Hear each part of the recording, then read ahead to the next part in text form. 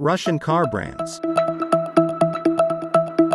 Automotive production is a significant industry in Russia, directly employing around 600,000 people or 1% of the country's total workforce. The main local car brands are light vehicle producers AvtoVAZ and GAZ, while KamAZ is the leading heavy vehicle producer. In the Soviet Union, its products used various names, including Zhiguli, Oka, and Sputnik, which were phased out in the 1990s and replaced by Lada for the Russian market. Let's take a look.